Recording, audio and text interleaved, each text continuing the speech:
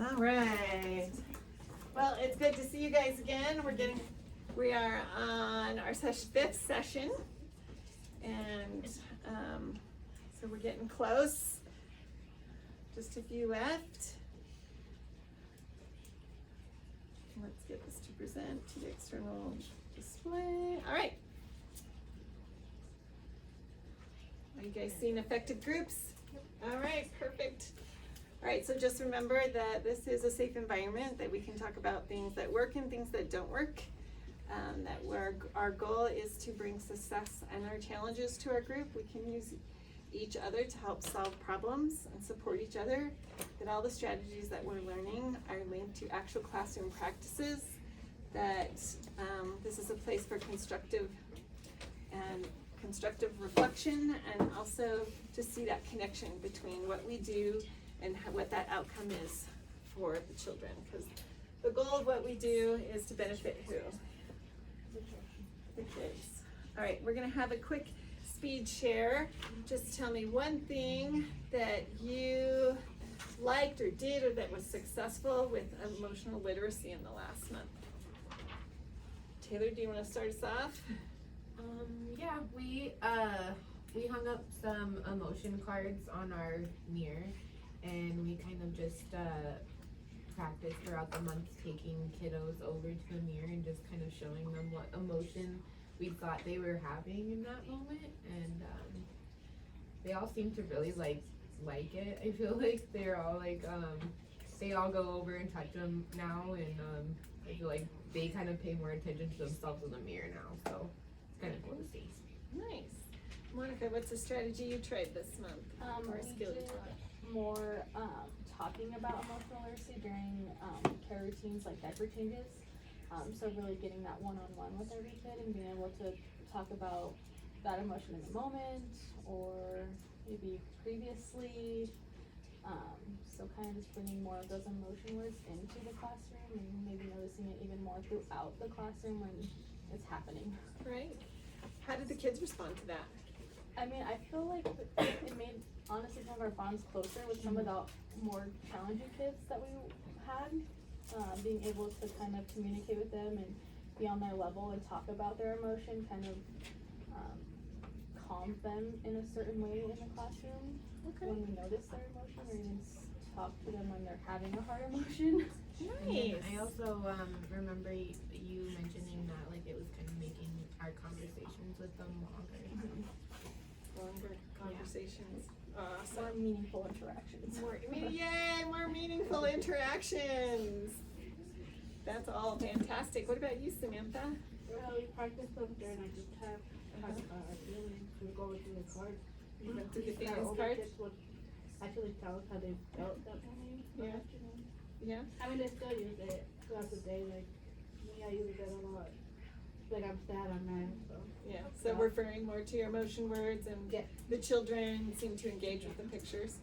yeah. And with our book, happy and sad. Oh, the happy baby sad baby. I love that book. Such a great book. All right. Well, that's all really great stuff that you guys said happened in just 1 month's time, with just one strategy in Pyramid. That's fantastic, and that's what I love about Pyramid, is that strategies are successful, and they're great for the kids. All right, so our agenda is the same as our last few meetings. So we have our little opening time. We're going to talk about our content, what we're going to be focusing on this next month. I have some great videos for you tonight. So the first video is going to be fun what to do video, and the second video is going to be a raw video. We'll kind of talk about it a little bit when we get there. And then we'll do some reflection and feedback. We'll do some action planning how you guys want to set your goals for the month to go take back into your classroom that we'll then review at our small group coaching. So I'm excited. Here it is, self-regulation and anger management. Well, you work with infants and toddlers. What are you thinking this might be about? Keep an open mind as we move forward. We'll find ways to bring it into what you do. All right, so self-regulation and anger management. So we think about it as the ability to regulate your emotions and behaviors in different settings and in different activities. So self-regulation, ability to regulate your emotions, and anger management, the ability to calm down and regulate emotions when angry or upset. So do you ever have kids who have heightened emotions in your room? Do you get kids who are angry and frustrated in your room? Yeah, it looks a little different with infants and young toddlers, but they're still having these feelings. It just looks different. All right, so before children can problem solve, they need to have some other skills in that they need to recognize anger in oneself and others, calm down when their emotions become elevated. So I love the calm down when your emotions become elevated. I mean, are there other emotions besides anger that get elevated that might need some help calming down? Mhm. Can you think of any? Just, I mean, sad, being sad, super Sad. sad. Sure. You work with the toddlers. What happens when the toddlers get super excited? Going crazy. Going crazy. Yeah, do you have to have some strategies to help calm them down sometimes? Yeah, so even positive emotions sometimes, especially with toddlers, might need some help developing that regulation on how to bring that back down when we get a little overexcited. Like, an example like bubble play. Sometimes they get a little too excited during bubble play and start running all over the place and running into each other. You know, we just need to help them learn that regulation piece and how to calm down. Using appropriate ways to express anger or other impulses, and recognizing that anger can interfere with problem solving. So, anybody want to make some comments about that? How do you see that in the infant and toddler room? Gave you some ideas of what I see, but what do you see? I mean, I think it's easy, kind of, for us to recognize, like, when they are angry or frustrated. But, like, kind of, I guess the strategies where I want improvement on is, like, how we can get them through that. Because a lot of the time we don't know why they're upset Yeah. because they don't have words to tell us. Well, we know they're challenging, and I think that's what's hard about infants and toddlers is they don't have words. Yeah. They can't. They don't even really Tell us, probably yeah. know what's wrong with We them. have to kind of just know who they are from Mhm. being with them and, really interfering with them and knowing what they like, what they don't like, so we can figure out what they need. And with infants and toddlers, they're all different. Yeah, Yeah. it kind of is. It kind of yeah. just comes with the bond, I think, in Yeah. knowing the child Yeah. to better meet their needs. Yeah. I see you guys using some of these strategies already, because I know one of the things you work on a lot is that self-soothing. So what is self-soothing? Learning to do what? Soothe yourself. Manage your emotions, right? Self-soothing to an infant is learning how to manage their emotion. So I think that there's lots of ways. You mentioned a bunch, I mentioned a few. There's lots of ways that we do see them trying to develop in ways that you support and model self-regulation and anger management. All right, so objectives, of course, we're gonna explore the topic, we're gonna leave with the plan, we're gonna try it out, and then we're gonna meet in our small group coaching and we'll watch our videos. So I think we watched mostly Monica's videos last month, so Monica will video Taylor this month. Good. Okay, so you guys, it's probably been a while, but you might remember the hot button activity. So we talk about what are your hot buttons. So just take a minute to think about, like, what is one of your hot buttons?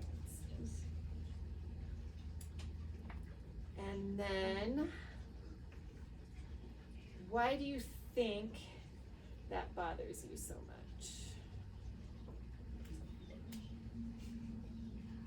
And what could you do maybe to help yourself get through that when your hot buttons gets triggered?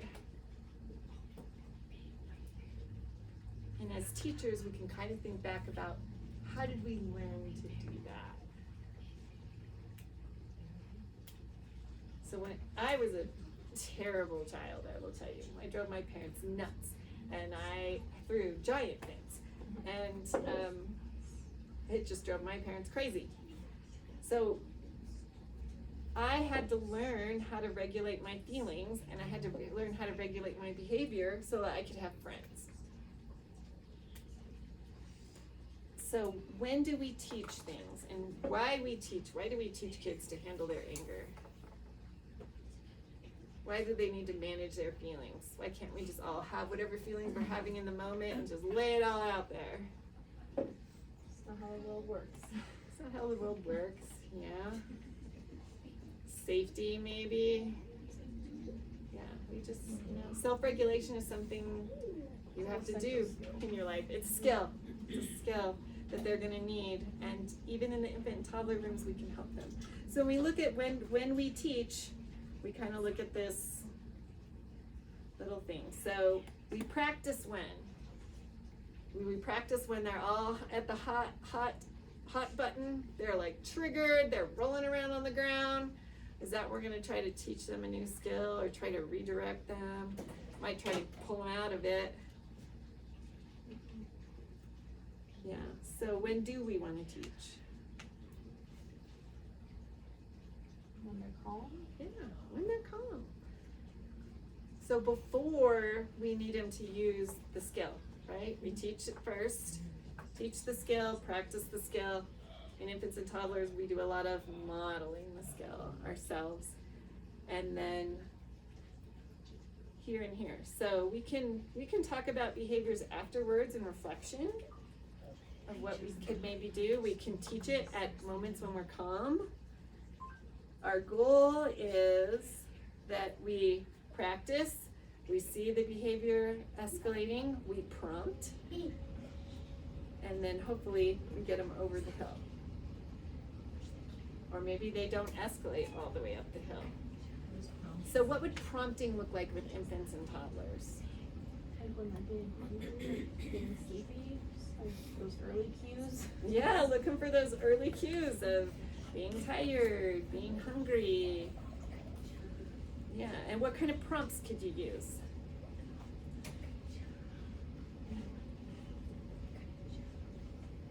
If an infant's hungry, what's a prompt maybe you could use?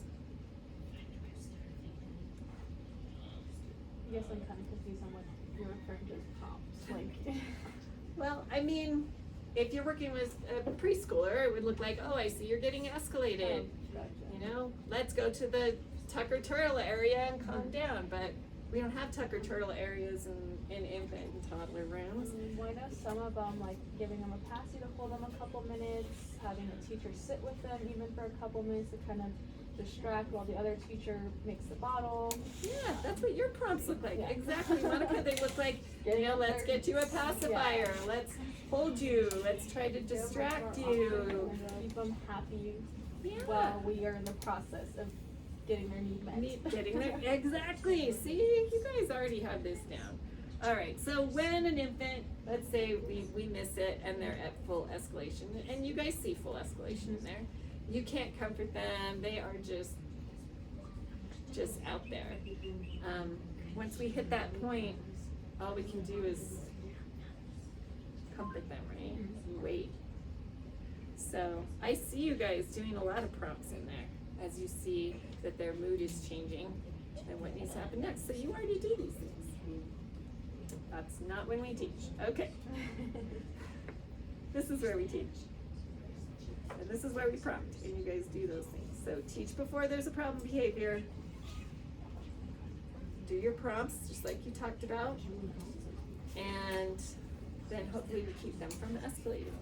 So I want to show you the preschool curriculum because it's always important to know as the infant and toddler teachers, like, what is Pyramid about? This is part of Pyramid. This is part of the preschool Pyramid package. But what can we do, maybe, that we could use some of these strategies with the infants and toddlers. So if you guys know Tucker Turtle, so step 1 is recognize your feelings, so the emotional literacy piece that we worked on last month. 2 is to stop your body. 3 is to tuck inside your shell and take 3 deep breaths.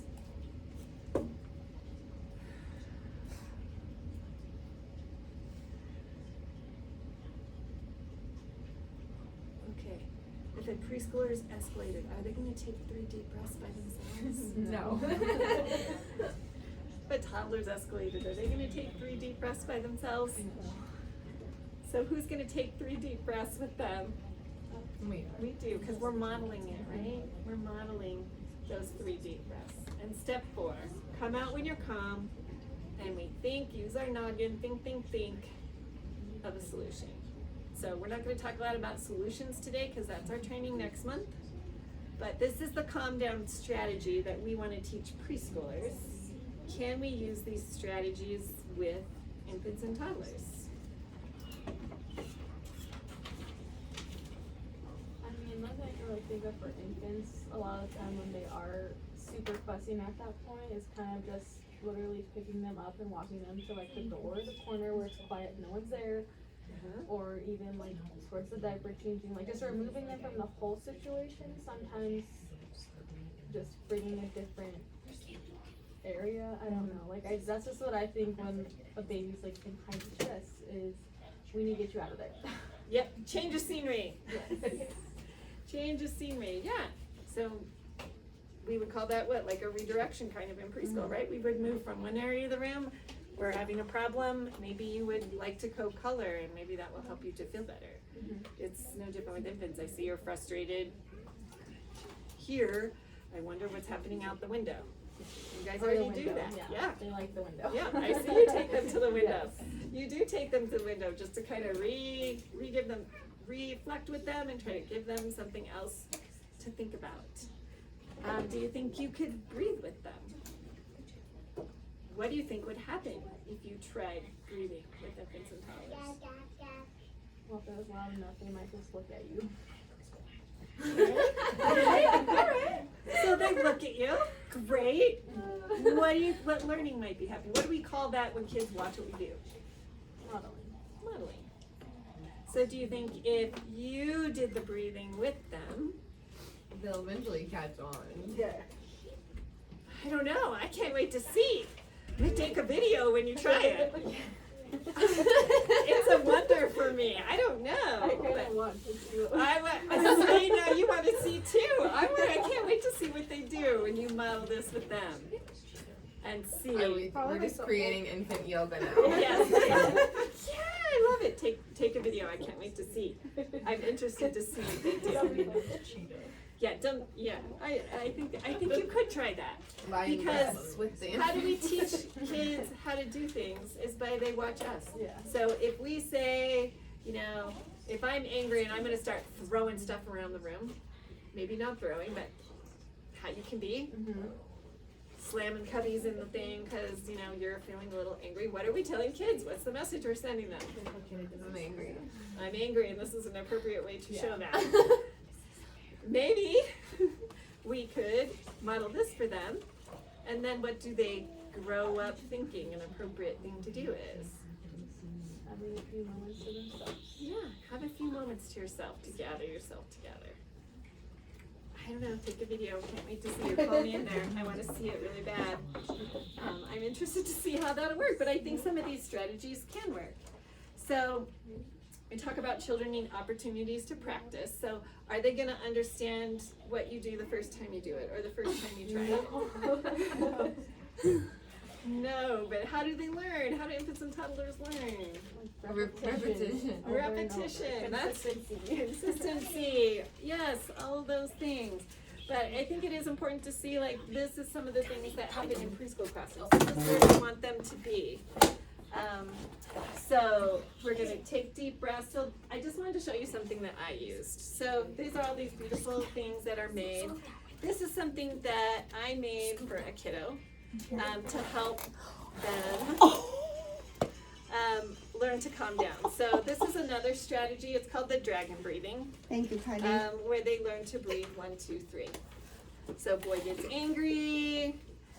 He gets dragon brain. Have you ever had dragon brain? Who's had dragon brain? Hello. We get dragon brain all the time. Yeah. I could practice Tucker Turtle, just saying. so Tiger Sometimes. Turtle's one method. They call this like the candle and flower method. So smell the flower, blow the candle. That's another method of teaching breathing. But I just wanted to show you that one. There's, you know, if you said to a toddler who's getting super escalated, you have dragon brain. You know, would that help them start to recognize every time they're acting that way that they have dragon brain? Maybe. I don't know. Try it. Yeah. Yeah, Tell right. me how it goes. Right.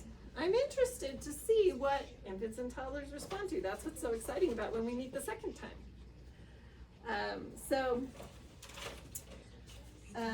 Positive descriptive feedback. What does follows which behavior? The behavior we want, right? So when they are self-regulating. So let's take, you talked about how like you do things when they're starting up the cycle to try to get them to, you know, move forward, redirect, distract. What are some of the tools that you use to do that? Well, like if I'm I said, give him the passy. Jackson used to like his blankie. Yeah. Special Their favorite toys. toy. Yep, their favorite Favorite toy. Can in the young toddler room, can they have their blanket? Can they have their lovey? Yeah, they can have it. They can have those things to help them. And then what do we recognize? If we hand it to them and they quit crying, they regulated. Yay! I see that you're calm. I see that your blankie made you feel better. Like they're regulating. That's toddler regulation. That's infant regulation. They quit crying and they're sucking on your passy. Good job. All right, so we follow the positive behavior. We say what we see, conveyed with enthusiasm, contingent on effort. So, anybody have any questions about that? Anybody want to give us an example of positive scriptive feedback? We've been practicing. Go. I was gonna say with Wyatt recently, he doesn't nap long, but when you get him down, he naps for like, 15-20 minutes. He'll like get up whining and crying, but then like he'll stop after like a minute, 2 minutes, like by himself, just stop crying, and then just kind of sit there and look at you until you get him out of the crib. So I feel like that's a good example. So maybe just for us, just noticing when infants do that, because even like now sometimes like when she wakes up, she'll like kind of whine for a minute, and then she'll just look for a teacher. So I feel like that's a part of regulating and self-regulation is being able to go from crying and sad because you just woke up to like, okay, I'm awake, one of my teachers is gonna come get me. So maybe just noticing that more and like verbalizing it for them.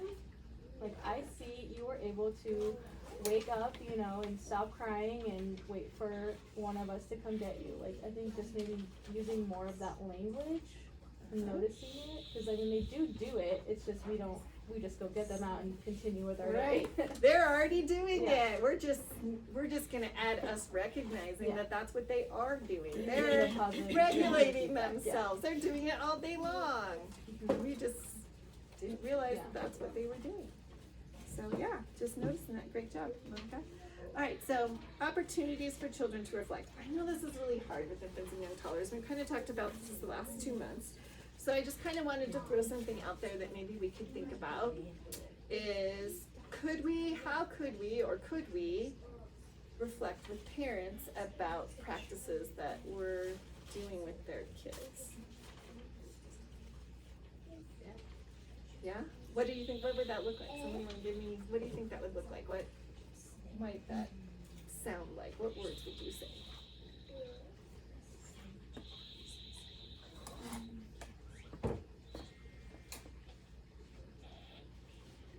Well, I just heard Kaylee do it in the infant room. So she was working with one of the kiddos and noticing that they really liked like yellow toys. They really liked like the sunshine toy. So when the parent came to pick up, she reflected with the parent, I noticed today that like she really likes like the yellow sunshine toy, and it wasn't just the yellow sunshine toy, it was pretty much any yellow toy. Like she really likes that. So is that kind of, and that when I gave her the yellow sunshine toy, she calmed down. And the dad said, yeah, we have this sunshine thing, yellow thing at home, and she really likes it there too. So Now, both the teacher and the parent have both reflected about something that helps that child regulate, which is, Well, it helps them at home and it helps them at school. yeah, It's not harder on them. yeah. So now we just built a parent connection by sharing something we recognize at school, and then the parent recognized that that's true at home too. So we reflected about something with the parent and brought them into that whole discussion. So that's just when I saw already happening. Didn't even know that's what you were doing. Can you think of any other ways that you might be able to reflect as the adult with other adults?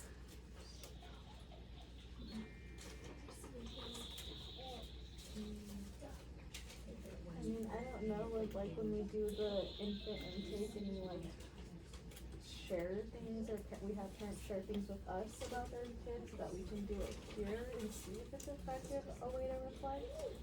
Yeah, If that's that really awesome. is something that they like or don't like, or.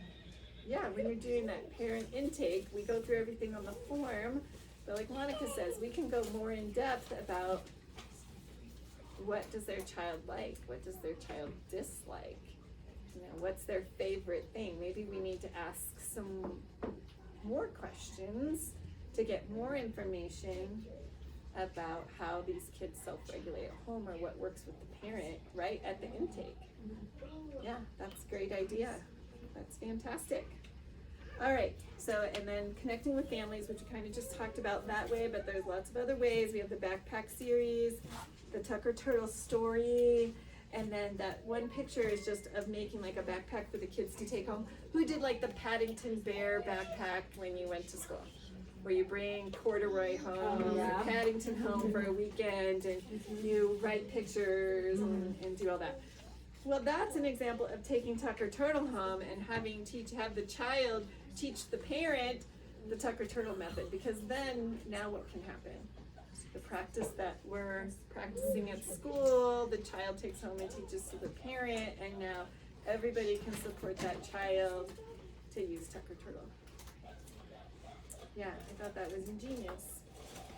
Alrighty, so we have a reflection on your table. So again, the reflection questions, we're gonna talk about, watch a brief video. We're gonna talk about what was the goal for it, and how did the children react, what was the outcome, and what maybe would you suggest could happen. So I'm having some technical difficulties today because I have a different monitor, so we're gonna watch it on the iPad right here. So our first example is gonna be awesome. This is a fantastic teacher. This is her doing Tucker Turtle in her classroom. You too? Okay, Maddie is holding Tucker Turtle, and there is a story that Blake is getting all about it. Because it's gonna go. It's going to be such a good story. Let's find a spot. Well, while you keep drawing, but I'm going to sit here so you can hear us, okay, Angel? Oh, good. You can keep him on your hand if you like. And I'm going to sit on this big pink spot. Who wants to hear about Tucker Turtle? Right. So you be Tucker, and you can be one of the friends. Okay? And when oh, great, Jade's got a spot. She's got a purple spot next to my pink spot. And Angel, you keep drawing, but can you hear if I'm talking this loudly? Is that good? You can still hear? Right. This is Tucker, you're drawing. Tucker Turtle takes time to tuck and think. And Blake's got a big job over there being Tucker. He's the main character. Tucker Turtle is a terrific turtle. He likes to play with his friends at Lake School and Bimby. But sometimes things happen that can make Tucker really mad. Oh dear, and this is where you come in. You might do something accidentally right now.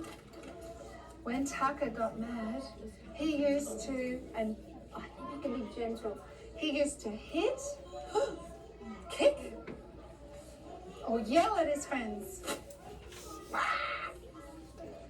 would get mad, his friends would get mad and upset when he hit, kicked or yelled at them. I think I would too. No. Well, but Tucker now knows a new way to think like a turtle when he gets mad. So if something like this happened, and maybe you could accidentally trip Tucker over, can you just accidentally give him a little trip? Oh, so get up nice and close, and Tucker, you're going for a walk, and oh dear, ouch. So he used to get mad when things like that happened, but now he thinks like a turtle. So Tucker used to get really mad if something like that happened where he tripped him, but now he can stop. So show me how you stop, Blake. Good. He keeps his hands and his body, and he's yelling to himself. Let's try and tuck his hands in like that. Oh, that's good. And can you tuck your hands in? Just pretend like that. Oh, that's good. Nice and cozy. He can tuck inside his shell and take 3 deep breaths.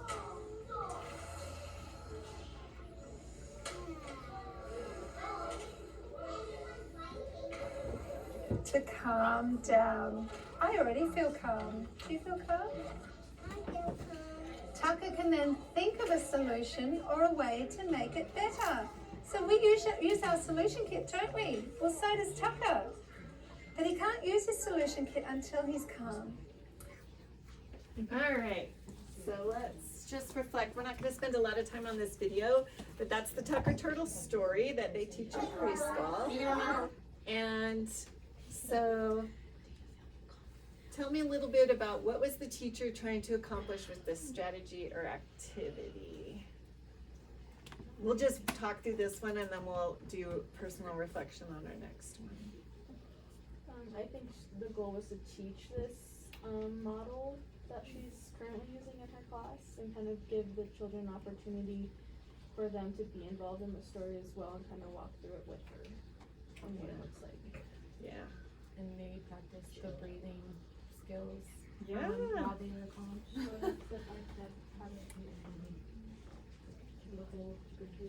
Yeah, she walked them step by step through the process and modeled it. How do you think the children responded to that strategy? I mean, they were engaged with it, and it felt like they, they were like really taking the opportunity to be involved in it. Yeah. Yep, the children were involved. Did some of the children need more help than others? Not even really, no. Yeah, I think she's an amazing teacher. What ways might you implement these strategies in this video in your classroom? I think just kind of do the same thing, like obviously, like we talked about, just do the like practice while they're calm, and like honestly just make it part of like a small group activity. Yeah, did she like set everybody at the circle, make everybody sit on their dot, no talking, hands in your lap, spoons? I mean, there were kids doing all, this was the middle of center time. She said keep drawing, and I'll can you hear talk, me? yeah. Yeah, and that's why I wanted to watch you guys, because that's what happens in the infant room, right? We don't make everybody come to the, come to the circle, and we just do our plop and do's. But here's a preschool teacher doing a plop and do, and the kids were super engaged. And so, I mean, what's one of the strategies she did that we could do? The breathing. Yeah, she modeled the breathing with them. Puppets. Yeah. I'd like to be a little good. Yeah. Do you think your kids will be engaged if you bring the puppet out? Yeah. Yeah. Yeah. I mean, some of those young toddlers might even see the puppet and start doing the breathing. If you bring out that puppet every time you do the breathing, what's going to happen as soon as the puppet comes out? Good. They are routine based. They are ready to breathe, right? That is so true. You got it, Samantha. Okay. Now, our second video, this is where I want to spend some time. So, this video is very raw. And what I mean by that is, so we all accept we're all at different places in implementing pyramid. We're all at different levels of knowledge when we're implementing pyramid. And I wanted to bring a challenge this time that we would try to do something. Sometimes we learn by watching people do the wrong thing, right? When we always just see people doing the right thing, that's pretty easy. So I thought I would challenge us because you guys are such an awesome group and you know your stuff, that we would watch a video, just a raw video of a classroom. So of a child having regulation difficulties and just try to think about the same reflection questions. So what was she trying to accomplish with her, what was her strategy? Was it successful? Did the children respond to the strategy? Were they involved? Did some of the children need more help? What might help engage the children? And then instead of ways that you might implement this, you might want to think of ways of things that you could have maybe implemented if this was happening in your classroom. Okay, so this is Michael.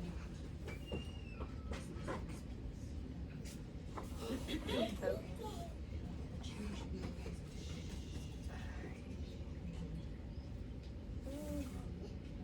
Get Michael going.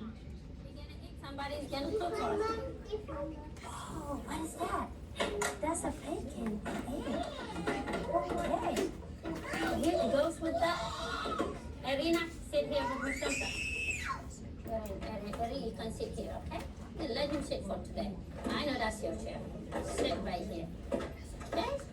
More coffee, please. Water. Okay, water will be fine. Yes. Oh, okay. She just want to do it. Okay. Right there. All the veggies in there. Yes, you got the corn. Thank you. What I love about pyramid is it's real life. I'm gonna eat it. That's nice, nice, Michael. Nice, Michael. Nice, Michael. Okay. He's eating it. He's pretending. I get the corn. Thank you, Leilani. Water. I love it. It's good. Milk? Yeah, put some more milk. Raymond, I need some fruits here. Get me something. Leilani, she can help you. Let her help you. Okay? That's Mishram's food. Let me finish. That's okay. That's okay, Ariana. That's okay. Oh, that he did not hit you. No, Ariana. Tell him I don't like that. Don't shout. Don't shout and Michael. No. Stop. Michael. Get up. So, you gotta say sorry. We do not hit. We do not say nice touch. He's your friend. Say sorry, Ariana. Thank you. You gotta be nice to your friend. Okay. All right, so let's walk through this a little bit. So, what was the teacher trying to accomplish? What? So, planned ignoring? Yeah. Okay, maybe she was trying to do some planned ignoring. I think she was trying to get everybody to peacefully Yeah. play together, Yes. but it just wasn't happening that way. Yeah. Him taking her stuff away was like, okay, it's fine, you take it.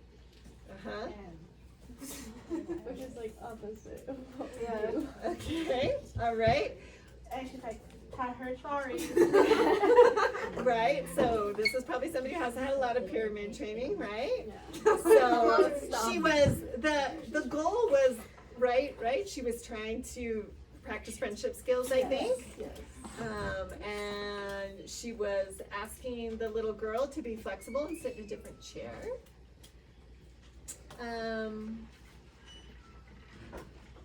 Was it successful? Why not? I don't really think that any of them learned anything from that.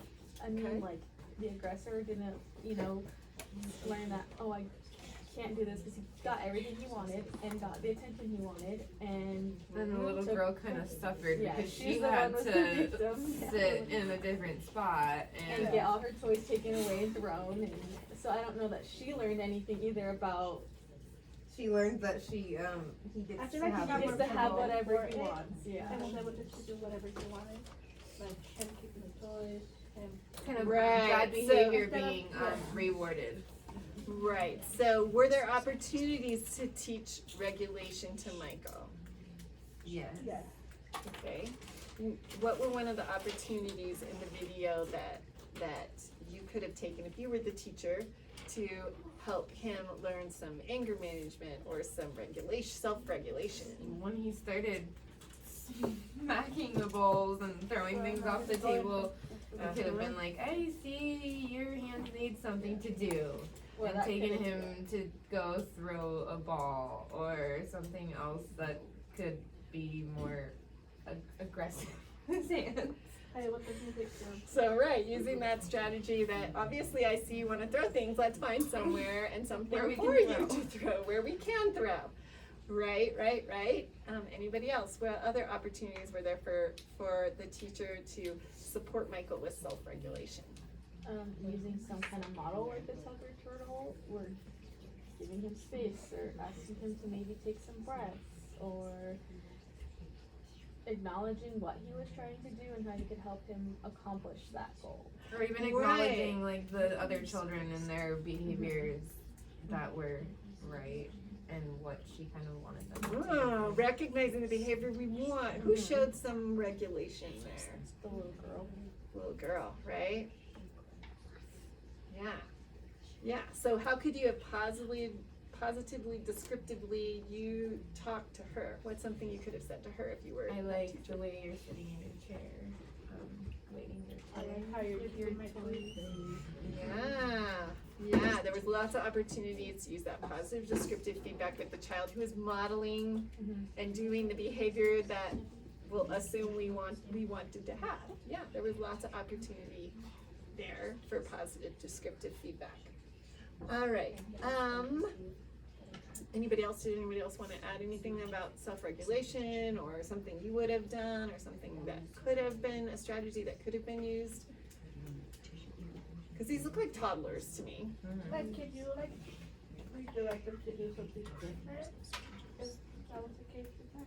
Yeah, of course you can use redirection Like, as an more options for him activity. to go like pick out something else. Yeah, there was lots of opportunities. Could have done a lot of things. What are some of the things she could have done? We talked about some of the things we maybe would try. Somebody said breathing with him, positive descriptive feedback on the child, demonstrating the behavior, recognizing that he might want to throw and maybe provide him a distraction to go to an appropriate area with an appropriate thing to throw.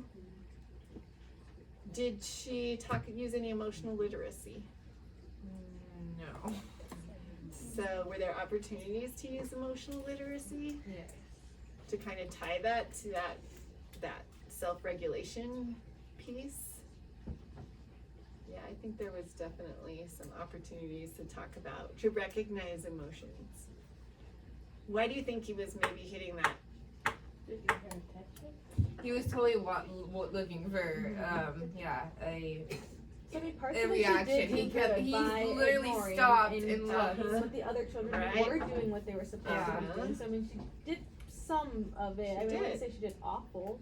And I Right. know we've all been in that situation. We I have all don't been in think that she noticed situation. he was watching for her reaction, but he Yeah. did stop at one point and just Yeah, look and for I- her reaction. Yeah, I He just stared at ignored, he was like, okay, let me do this. And then- Right, so planned ignoring can work. I don't know that it works terribly great with toddlers, but maybe with older kids, but maybe with certain behaviors we might use planned ignoring.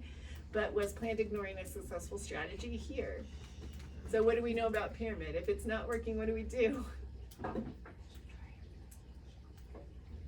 Try another strategy.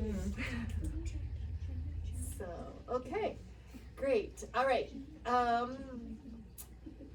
Let's see, in some ways you might implement the strategy. How would we teach self-regulation, anger management in your classroom? So I think we kind of covered that. You thought of ideas and ways. Is that a real classroom scenario?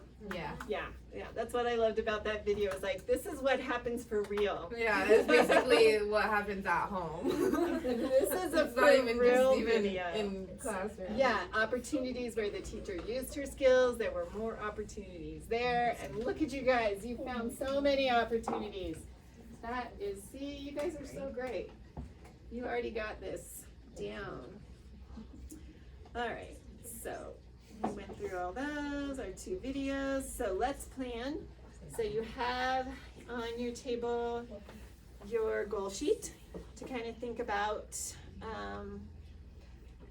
what you guys might want to try. So we've been trying to talk about kind of like, what is the skill? What are some strategies and materials, opportunities in infants and toddler rooms that we have to teach the skill? So first, we'll want to isolate like what skills. So we kind of talked about what are some of the skills of self-regulation. Being able to self-soothe. Self-soothing, so noticing that you're having or they're having an emotion right now. And then before they escalate, offering those strategies or those cues to try to support them so they don't hit hot button trigger point, right?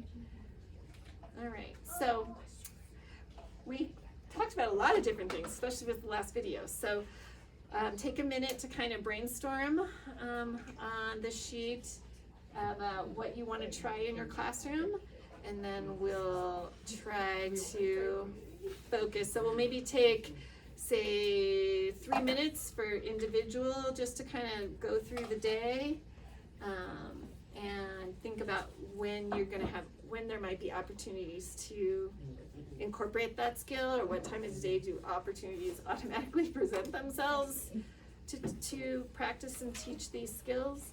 And then we'll meet together and decide on your goal.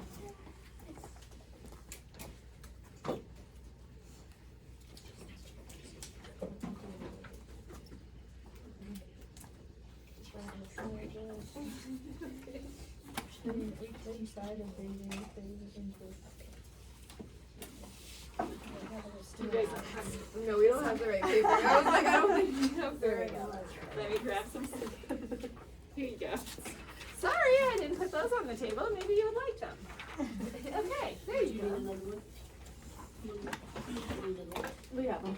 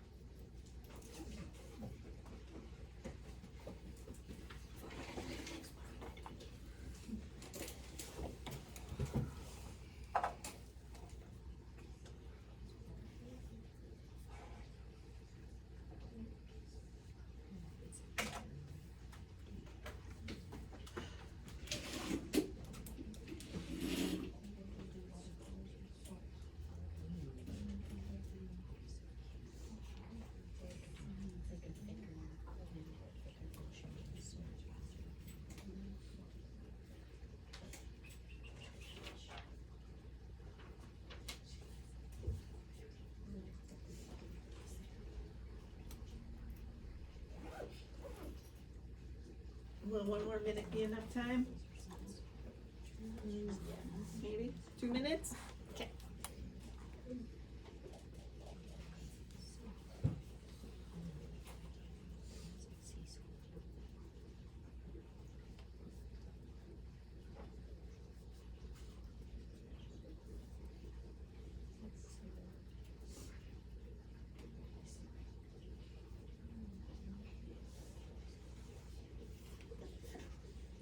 Where's my dog?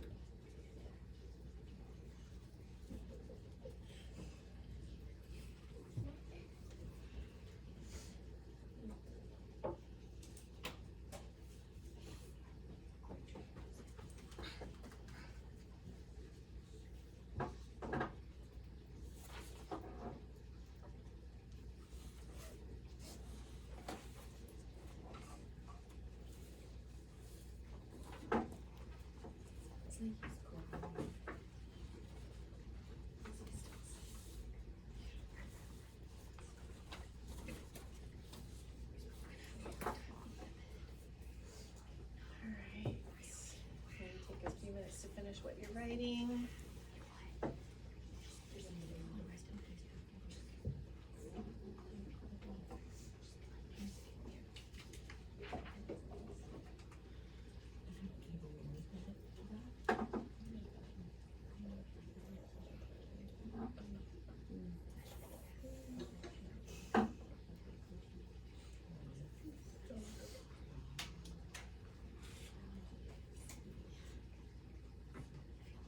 Alright, did you get some ideas out of your head onto paper about all the self-regulating that's already happening in your room, but maybe something you'd like to work with them on?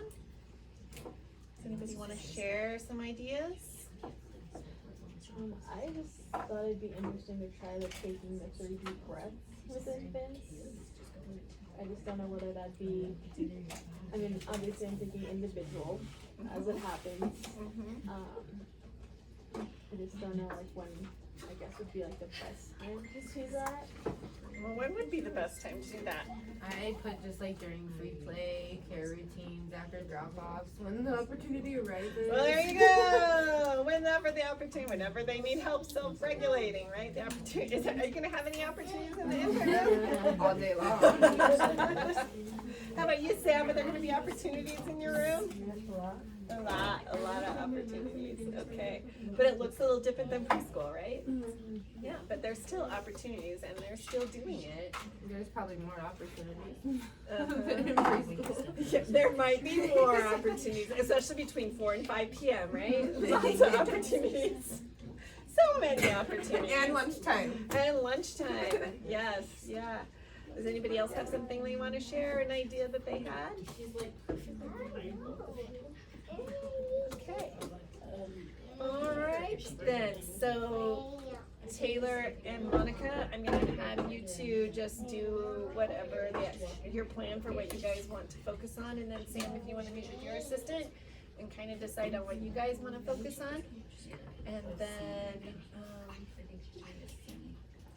if you need my help, I'll be around. And then we'll meet again in our small group coaching to kind of talk about how that went. And we'll meet again that 3rd week of the month where we'll look at our videos and do some reflection. That's one of my favorite meetings. It's always super fun. And then Monica will do your one-on-one coaching after that. All right, so if you want to meet with your team and come up with your team goal. Very good. Yeah, I agree.